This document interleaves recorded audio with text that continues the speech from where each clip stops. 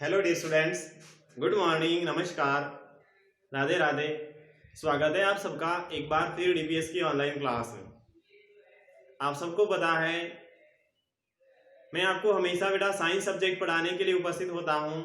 ठीक उसी प्रकार से एक बार फिर आपको पढ़ाने के लिए आ गया हूँ। उम्मीद करता हूँ आप भी मेरे साथ में ही पेन पेंसिल बुक नोटबुक लेकर के ही बैठे होंगे, क्योंकि आपको पता पढ़ने के लिए बैठे हैं, आप सर की क्लास देखने के लिए बैठे हैं, तो फिर खाली हाथ थोड़ी बैठेंगे। पेन पेंसिल बुक नोटबुक अपने पास लेकर के ही बैठेंगे। आपको पता है हम एक चैप्टर पढ़ रहे हैं ग्रुपिंग ऑफ मटेरियल्स के बारे में, और उसमें आपको पता हो तो बेटा हम क्वेश्चन आंसर कर रहे हैं। कल की जो क्लास थी उस क्लास में हमने शॉर्ट आंसर टाइप के क्वेश्चन किए थे, जिसमें हमने लस रस के क्वेश्चन किए, उसके बाद सॉल्युबिलिटी इन वाटर वाला किया, एक ट्रांसपेरेंसी का किया, और एक किया था जो वुलन क्लोथ्स गर्मियों जो पहने जाते हैं सर्दियों में, या हमारे को गर्म रखने के लिए जो ऊनी वस्त्र पहने जाते हैं, उसके बारे में अब बेटा आगे बात करते हैं। आगे आप अपनी नोटबुक में नोट करना क्वेश्चन कौन सा, जी क्वेश्चन नोट करना, और वो है लॉन्ग आंसर टाइप क्वेश्चन। कौन से क्वेश्चन है? लॉन्ग आंसर टाइप के क्वेश्चन है। इसमें सबसे पहला क्वेश्चन की मैं अगर बात करूं तो वो है right A short note on A. Note करो पहला question, WRITE right A, SHORT short, NOT note, short note यानी छोटा सा नोट लिखना है। कहां पर? किस पर? ऑन ग्रुपिंग ऑफ मटेरियल्स पर, ऑन ग्रुपिंग ऑफ MATERIALS। किस पर? ग्रुपिंग ऑफ मटेरियल्स पर। Right A short note on grouping of materials, पदार्थों के समूहीकरण पर एक संक्षिप्त में छोटा सा नोट लिखिएगा। अब इसके अंदर आपको क्या करना है, जो यानी ग्रुपिंग होती है उस ग्रुपिंग के बारे में लिखना है कि ग्रुपिंग होती क्या है और क्यों की जाती है, ऐसा लिख सकते। तो सबसे पहले तो हमारे को लिखना पड़ेगा ग्रुपिंग किसे कहते हैं, तो लिखना PLACING, प्लेसिंग। क्या लिखोगे? प्लेसिंग और सॉर्टिंग, और SORTING sorting, SIMI similar, SIMILAR। क्या लिखोगे? प्लेसिंग और sorting similar things together is, similar things TOGETHER together is called grouping, is called grouping. तो पहले तो लिख दिया आपने कि ग्रुपिंग किसे कहते हैं, फिर आगे लिखो grouping makes it easier, GROUPING grouping, MAKES makes, grouping makes, make it easier. क्या? Grouping makes it easier for us to find, for us to find things, find things when we need them, when we need them। grouping makes it easier for us to find them when we need them, यानी जब उनकी आवश्यकता होती है हमारे को, तब उसका पता करने में हमारे लिए ग्रुपिंग आसानी रहती है। फिर लिखो, जैसे क्या लिखना है एग्जाम्पल के रूप में, क्या लिखोगे? जैसे एग्जाम्पल के रूप में लिखो in the kitchen, in the KITCHEN, in the kitchen, रसोई घर में, all the utensils are kept together, all the UTENSILS utensils are kept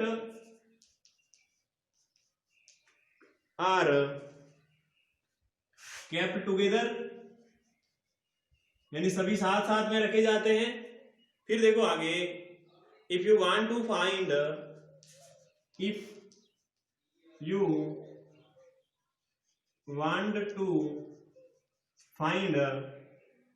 क्या पता करना आपको?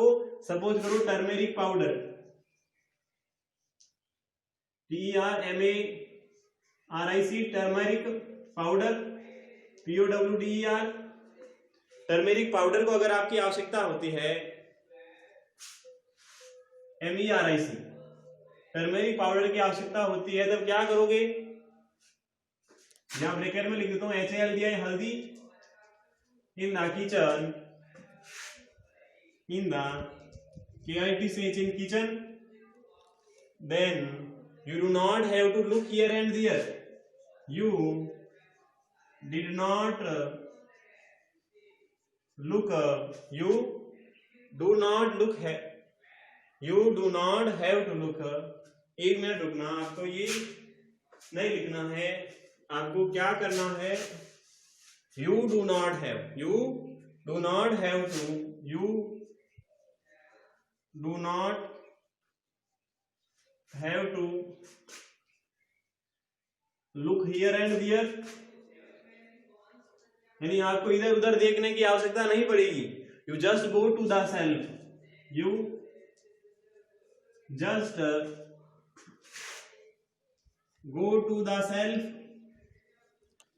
You just go to the shelf where all the spices, where all the SPECIS spices, all the spices are stored, are STORE stored। बस इतना ही लिखना बेटा इसका answer. Question क्या था कि right A short note on A grouping of material. तो placing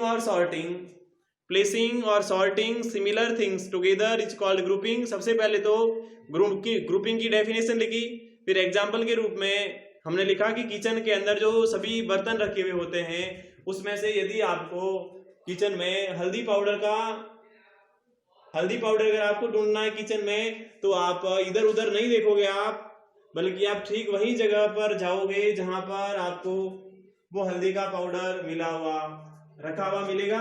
फिर बात करता हूं क्वेश्चन सेकंड की। आगे वाला क्वेश्चन क्या है देखो, और आगे वाला है what is floatation and sinking.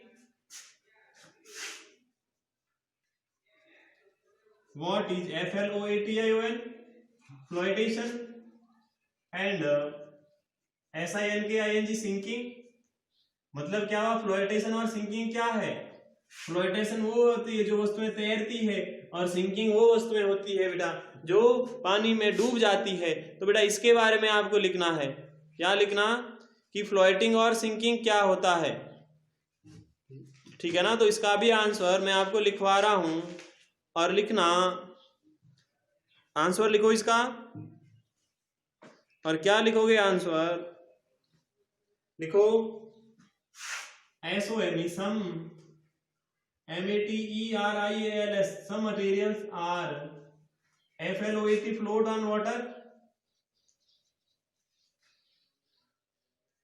some materials are float on water while other sinks,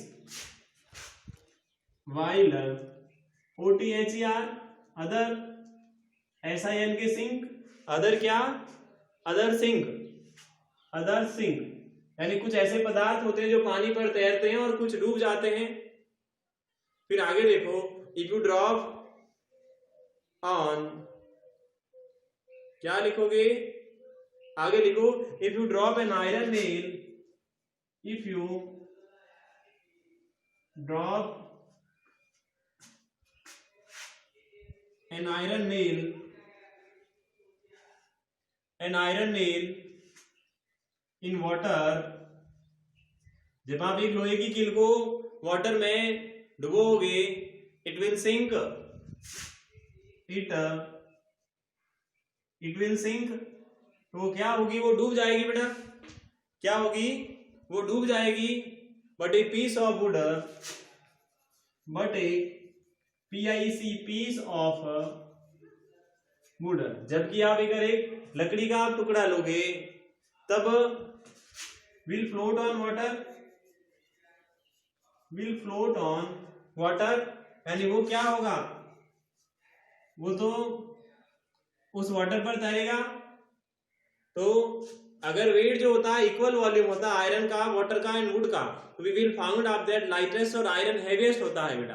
यानी लकड़ी क्या होता है, लकड़ी हल्की होती है, जबकि लोहा क्या होता है, भारी होता है। उसी प्रकार एल्यूमिनियम हो गया, आयरन बार हो गया, ये कुछ जल की तुलना में भारी होते हैं। यानी जो जल से भारी होते हैं वो डूब जाते हैं, और जो जल से भारी नहीं होते हैं वो क्या करेंगे, वो तैरने लग जाएंगे। तो ये सारा डेंसिटी पे बेटा रिलेट होता है। क्या किस पे होता है, डेंसिटी पे होता है। तो एक ऐसे सब्सटेंस जो कि लेस डेंस होते हैं वाटर से, वो तो फ्लोट करेंगे वाटर पर। तो इस प्रकार बेटा हम ग्रुपिंग को कैसे फ्लोटेशन और सिंकिंग कर सकते हैं। तो क्या लिखना है, a substance which is less dense, SUBSTANCE, a substance यानी एक पदार्थ, which is LESS less dense, less dense यानी जो कम सघन होगा, then the water, then the water जो कि जल की तुलना में कम सघन होगा, will float on water, will FLOAT float on water, जो कि जल पर क्या करेगा, तैरता रहेगा। तो इट इज क्या हो जाएगा, इट इज ए फ्लोटेशन, ये एक फ्लोटेशन होता है, FLOATION, ये फ्लोटेशन होता है। But a substance WHICH which is MORE more dense, किसकी तुलना में, then the water, then the water will sink in water, sink in will sink in water, जो कि जल में डूब जाएगा। जो बेटा ज्यादा सघन होगा जल की तुलना में वो क्या करेगा, जल में डूब जाएगा। और ये क्या कहलाता है, इट इज ए सिंकिंग, यह एक सिंकिंग है। तो समझ में आ गया ना फ्लोटिंग और सिंकिंग क्या होता है, फ्लोटिंग और सिंकिंग क्या होता है। उम्मीद करता हूं समझ में आ गया होगा। मैंने क्या कर लिखवाया कि some materials are float on water, यानी कुछ पदार्थ जल पर तैरते हैं, वाइल अदर सिंक, जबकि अन्य डूब जाते हैं। If you drop on iron nail in water, यानी जब आप एक लोहे की कील आप डालोगे पानी में, इट विल सिंक, वह डूब जाएगी। But a piece of wood, बस एक लकड़ी का टुकड़ा डालोगे तो विल फ्लोट ऑन वाटर, जो कि जल पर तैरने लग जाएगा। तो इसका मतलब क्या हुआ, ए substance which is less dense then the water will float on water, यानी एक पदार्थ जो कि जल की तुलना में कम घना होता है, कम डेंस होता है, वो पानी पर तैरता है और उसको फ्लोटेशन कहा जाता है। और एक सब्सटेंस ऐसा जो कि मोर डेंस होता है वाटर की तुलना में, वह पानी में डूब जाएगा और बेटा उसको सिंकिंग कहा जाता है। इस प्रकार से बेटा लॉन्ग आंसर के हमने दो क्वेश्चन किए, एक पहला क्वेश्चन किया और एक दूसरा क्वेश्चन किया है। तो आपको होमवर्क में क्या करना है, ये एग्जैक्टली आपको जैसा ये आपको एकदम एग्जैक्ट आपको बुक में नहीं मिलता, इस कारण से बेटा मैंने जो करवाया वो आपको लिखना है। अब उम्मीद करता हूं आपको समझ में आ गया होगा। होमवर्क में पहला क्वेश्चन करना, दूसरा क्वेश्चन होमवर्क में करना, सारे आंसर मैंने लिखवाया है, और बाकी के जो दो और क्वेश्चन बच गए हैं वो बेटा हम हमारी कल की क्लास में करेंगे। तो उम्मीद करता हूं आपको अच्छे ढंग से समझ में आया होगा, और अब आपसे विदा लेता हूं। तब तक के लिए भगवान से प्रार्थना करूंगा आपको स्वस्थ रखें, आपके परिवार को स्वस्थ रखें। तब तक के लिए बेटा अब मैं आपसे विदा लेता हूं और वापस कल लौटता हूं अगली क्लास के साथ में। आगे वाले क्वेश्चन करेंगे उस क्लास में बेटा। तब तक के लिए bye bye, have a nice day, thank you.